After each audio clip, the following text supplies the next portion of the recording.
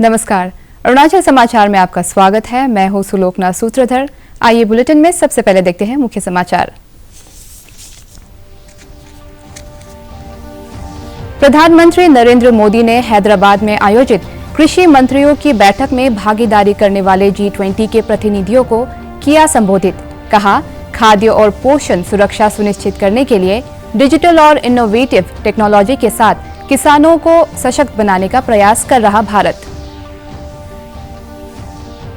अरुणाचल प्रदेश के कई जिलों में पिछले कई दिनों से हो रही भारी बारिश के कारण राज्य के कई जिलों में सामने आ रही लैंडस्लाइड की घटनाएं। भारी भूस्खलन के कारण लोअर दिबांग वैली जिले के रोइंग से दिबांग वैली जिले के अनिनी तक जाने वाली सड़क पर यातायात हुआ बाधित। लद्दाख में 15,000 फुट से ज्यादा की ऊंचाई पर तैनात होकर BRO के टास्क फोर्स कमांडर की जिम्मेदारी निभाने वाली पहली महिला सैन्य अधिकारी होंगी अरुणाचल प्रदेश की बेटी कर्नल पोनुंग दोमिंग। मुख्यमंत्री पेमा खांडू और उप मुख्यमंत्री चाउना मैन ने जताई खुशी। प्रधानमंत्री नरेंद्र मोदी ने विश्व को खाद्य और पोषण सुरक्षा सुनिश्चित करने के लिए डिजिटल और इनोवेटिव टेक्नोलॉजी के साथ किसानों को सशक्त बनाने की बात कही है। उन्होंने वीडियो कॉन्फ्रेंस के माध्यम से हैदराबाद में आयोजित कृषि मंत्रियों की बैठक में भागीदारी करने वाले G20 के प्रतिनिधियों को संबोधित किया। देश के अनुभव को साझा करते हुए प्रधानमंत्री ने कहा कि भारत बुनियादी स्तर से भविष्य के लिए प्रौद्योगिकी और पशु कृषि को बढ़ावा देने वाली नीति का पालन कर रहा है। उन्होंने कहा कि भारत के किसान आर्टिफिशियल फर्टिलाइजर का इस्तेमाल नहीं कर रहे हैं। यहाँ के किसान मिट्टी के संरक्षण, ऑर्गेनिक फर्टिलाइजर को बढ़ावा देने और बड़े स्तर पर प्रौद्योगिकी का इस्तेमाल कर रहे हैं। उन्होंने कहा कि भारत के किसान खेती के लिए सौर ऊर्जा और अनुकूल संसाधनों का इस्तेमाल कर रहे हैं। Agriculture is at the heart of human civilization and so as agriculture ministers your task is not simply that of handling one sector of the economy. You shoulder a big responsibility for the future of humanity. Globally, agriculture provides livelihood for over 2.5 billion people. In the global south, agriculture accounts for almost 30% of GDP and over 60% of jobs. And today, this sector faces several challenges. The supply chain disruption caused by the pandemic have been worsened by the impact of geopolitical tensions. Climate change is causing extreme weather events more and more frequently. These challenges are felt most by the global south. प्रधानमंत्री नरेंद्र मोदी ने अंतर्राष्ट्रीय मोटे अनाज वर्ष का उल्लेख करते हुए कहा कि मोटा अनाज आमतौर पर स्वास्थ्य के लिए लाभदायक है। भारत उत्कृष्टता, अनुसंधान और प्रौद्योगिकी के केंद्र में मोटे अनाज का एक संस्थान विकसित कर रहा है। उन्होंने मिट्टी की बेहतर स्थिति और अन्य तौर तरीकों को अपनाने की आवश्यकता की बात कही। The year 2023 is being celebrated as the International Year of Millets. You will find a reflection of this on your plates in Hyderabad with many dishes based on millets or Sri Anna as we call it in India. These superfoods are not only healthy to consume, but they also help raise the income of our farmers by using less water, needing less fertilizer, and being more pest resistant. Of course, millets are not new. They have been cultivated for thousands of years. But markets and marketing had influenced our choices so much that we forgot the value of traditionally grown food crops. Let us embrace Sri Anna millets as the food of our choice. As part of our own commitment, India is developing an Institute of Millets Research as a center of excellence for sharing best practices. मुख्यमंत्री पेमा खांडू ने राज्य के police महानिदेशक सतीश गोलचा का दिल्ली तबादला होने पर उनके सम्मान में एक फेयरवेल कार्यक्रम आयोजित किया। इस कार्यक्रम में श्री गोलचा को अरुणाचल में उनके कार्यकाल की बधाई और अगली पोस्टिंग की शुभकामनाएं दी।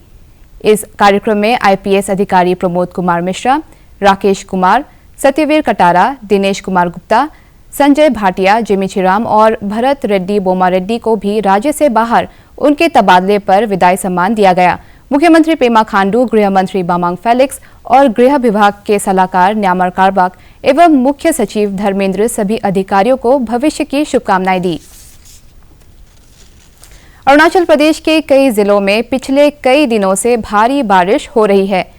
बारिश के कारण पापुम-पारे जिले सहित कई अन्य इलाकों में लैंडस्लाइड यानी भूस्खलन की घटनाएं सामने आई है। आपदा प्रबंधन कार्यालय से प्राप्त जानकारी के मुताबिक राजधानी ईटानगर में भी बारिश के कारण जल जमाव से कुछ इमारतों को नुकसान हुआ है। इस बीच आज भारी भूस्खलन के कारण लोअर दिबांग वैली जिले के मुख्यालय रोइंग से दिबांग वैली जिले के मुख्यालय अनिनी तक जाने वाली सड़क पर यातायात बाधित हो गया है। रोइंग अनिनी हाईवे पर अवाली और कानो के बीच लैंडस्लाइड होने के कारण यातायात बाधित हुआ है। जिला प्रशासन ने लैंडस्लाइड के कारण सड़क पर जमा हुए मलबे को हटाने का काम शुरू कर दिया है और यात्रियों को किसी तरह की इमरजेंसी नहीं होने पर अनिनी रोइंग हाईवे पर यात्रा नहीं करने की सलाह दी गई। तवांग जिले के जेमीथोंग में वाइब्रेंट विलेज प्रोग्राम के तहत भारतीय सेना क्षेत्र के स्वयं सहायता समूहों के लिए एक सप्ताह का कुकिंग और बेकिंग वर्कशॉप आयोजित कर रही है। जेमीथोंग प्रशासन के सहयोग से आयोजित किए जा रहे इस वर्कशॉप की मुख्यमंत्री पेमा खांडू ने तारीफ की है। इस वर्कशॉप में स्वयं सहायता समूहों को जेमीथोंग ईएससी कार्यालय के पास टूरिस्ट कैफेटेरिया संचालित करने की ट्रेनिंग भी दी गई। मुख्यमंत्री पेमा खांडू ने एक ट्वीट में कहा कि प्रधानमंत्री नरेंद्र मोदी द्वारा शुरू किया गया वाइब्रेंट विलेज प्रोग्राम विकास अवसरों और जीवन शैली में सुधार के मानकों के साथ सफलतापूर्वक सीमाई इलाकों में अंतिम व्यक्ति तक पहुंच रहा है। अरुणाचल प्रदेश की बेटी कर्नल पोनुंग दोमिंग भारतीय सेना की पहली महिला अधिकारी होंगी जो लद्दाख में 15,000 फुट से ज्यादा की ऊंचाई पर तैनात होकर टास्क फोर्स कमांडर की जिम्मेदारी निभाएंगी। मूल रूप से ईस्ट सियांग जिले की रहने वाली कर्नल दोमिंग की इस उपलब्धि पर मुख्यमंत्री पेमा खांडू और उप मुख्यमंत्री चाउना मैन ने खुशी जाहिर की है। मुख्यमंत्री ने एक ट्वीट में जानकारी दी कि कर्नल दोमिंग सामरिक रूप से महत्वपूर्ण बीआरओ के प्रोजेक्ट हिमांग का नेतृत्व करेगी, जिसके तहत बीआरओ लद्दाख में चुसुल, दुंगती, फुकचे, डेमचोक रोड का निर्माण करेगा।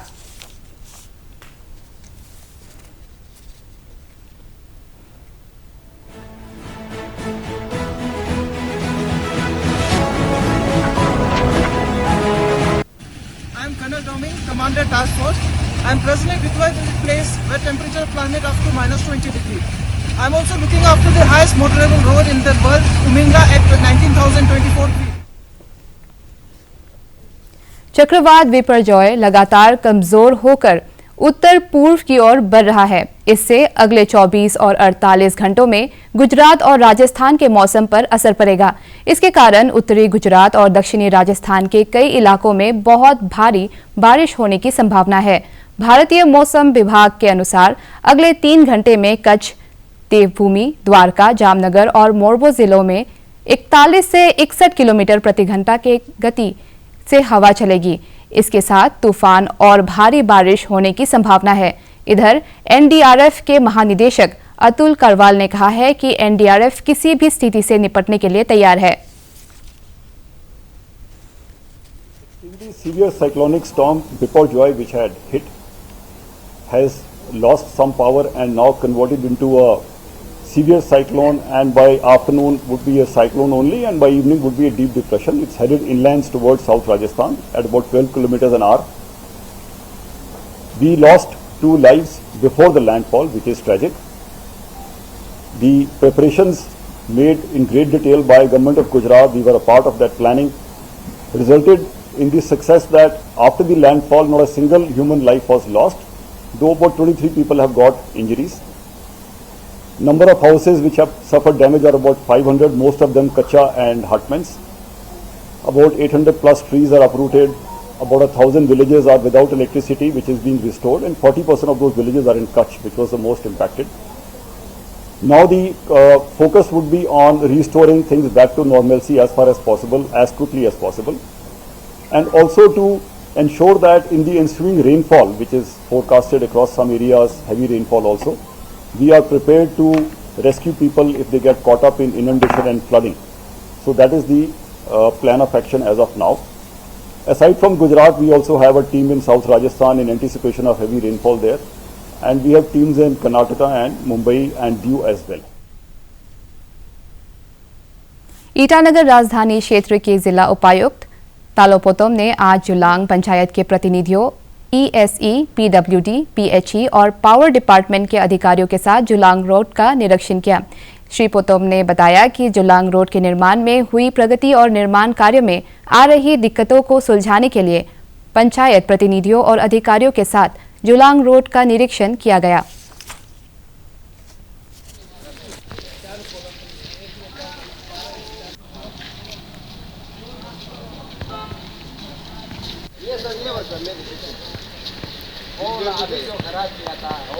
जो ये सड़क जो है जोलंग से लेके आपका चिंपू जोलंग से लेके आपका पप्पू नाला, ये सड़क जो है पिछले 10 साल से सभी लोग परेशान है। पान नहीं होता है, रोड बनता नहीं है, यही बोला था। इसलिए ये बार सरकार ने इस रोड को पक्का रोड बनाने के लिए, ऑल वेदर रोड बनाने के लिए पान दिया है और उसका टेंडर भी हो गया है, तो अभी काम शुरू करना है। और आज ये बारिश का दिन है और ये महीना बारिश रहेगा, तो आज हम यहाँ सभी लोगों को इसलिए घुमा रहे हैं कि हम बारिश का दिन में ही तो सड़क को देखना चाहिए। तो इसलिए हमारा इलेक्टेड लीडर का साथ में हमारा सारा ऑफिसर लोग आज हम लोग घूम रहा है। और ये जो रोड बन रहा है यहाँ पे एक इशूस होता है कि वो पीएचई का पाइपलाइन कहाँ जाएगा, पावर का पोल कहाँ जाएगा। तो हमारा जो जितना भी आज काम चल रहा है, पीडब्ल्यूडी जो ये जो लाइन डिपार्टमेंट दूसरा लोग जो इस सड़क से जाना है उनको बातें नहीं होता है, तो आज उसके लिए पोल को कैसे शिफ्ट किया जाए, पाइपलाइन कैसे जाएगा, साथ साथ में ये पब्लिक लीडर लोग से हम रिक्वेस्ट कर रहा है कि जो लोग जो सड़क जो बनने जा रहा है उसमें कुछ इश्यूज आ गया, उसको भी आज हम लोग रिजॉल्व करके जा रहा है, क्योंकि ऑलरेडी टेंडर ऑलरेडी हो चुका है और कॉन्ट्रैक्टर अभी काम शुरू करना है, तो उसको लेके अभी हम लोग यहाँ घूम रहे हैं। ईटानगर के विधायक तेची कासो ने गुरुवार को नाहरलगुन में मिनी सेक्रेटरीट का उद्घाटन किया। इस अवसर पर ईटानगर के जिला उपायुक्त तालोपोतम सहित कई अन्य विभागों के अधिकारी मौजूद थे। विधायक तेची कासो ने मिनी सेक्रेटरीट के अधिकारियों से अपील की कि वे ईमानदारी से काम करें ताकि जनता को सभी सरकारी योजनाओं और कार्यक्रमों का लाभ मिल सके। जिला उपायुक्त तालोपोतम ने कहा कि मिनी सेक्रेटरीट के उद्घाटन से प्रशासनिक कामकाज में सुविधा होगी। मणिपुर में हो रही हिंसा थमने का नाम नहीं ले रही है। ताज़ा जानकारी के मुताबिक बीते गुरुवार की रात उपद्रवियों ने केंद्रीय मंत्री राजकुमार रंजन सिंह के घर को आग लगा दी। अधिकारियों ने बताया कि हमले के समय केंद्रीय मंत्री घर पर मौजूद नहीं थे। केंद्र सरकार द्वारा बड़ी संख्या में सुरक्षा बलों की मणिपुर में तैनाती की गई है। सरकार ने शांति समिति का भी गठन किया है, लेकिन इसके बावजूद राज्य के अलग अलग इलाकों से हिंसा के मामले सामने आ रहे हैं। मुख्यमंत्री एन बीरेन सिंह ने राज्य के लोगों से शांति की अपील की है। combing operations to find out the culprits, whoever, and I'm giving assurance to the people of the state, we will definitely book the culprit as per the law. अपर सुबनसिरी जिले के सिगिन कॉलोनी के लोगों ने एक नेक पहल करते हुए दापुरिजो मेन टाउन को सिगिन कॉलोनी, लीदू कॉलोनी, पावर ग्रिड और सिंगिक कॉलोनी से जोड़ने वाले हैंगिंग ब्रिज को श्रमदान कर फिर से बनाने में कामयाबी हासिल की है। लिबासी नाम की संस्था के पहल के तहत सिगिन कॉलोनी के लोगों के इस प्रयास का फायदा क्षेत्र के लोगों और खासकर स्कूली छात्रों को होगा।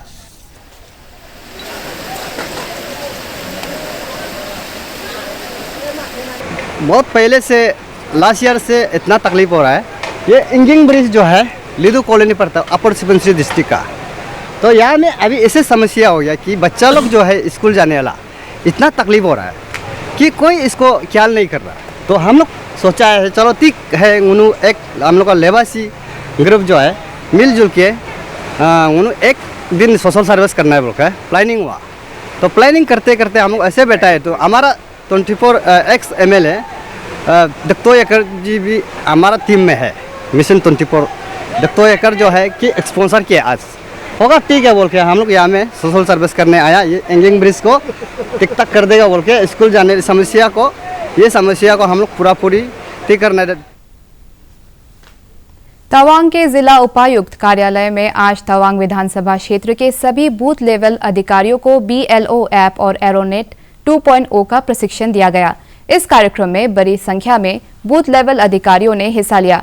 तवांग के ERO रिंचन लेटा ने BLO ऐप और एरोनेट 2.0 के बारे में बूथ लेवल अधिकारियों को जानकारी दी। अरुणाचल समाचार के आज के अंक में इतना ही। हम कल फिर हाजिर होंगे अरुणाचल और देश दुनिया की खबरों के साथ। चलते चलते आपको बता दें कि आप अरुणाचल समाचार हमारे YouTube channel DD news Arunachal पर भी देख सकते हैं। देखते रहिए अरुण प्रभा। नमस्कार।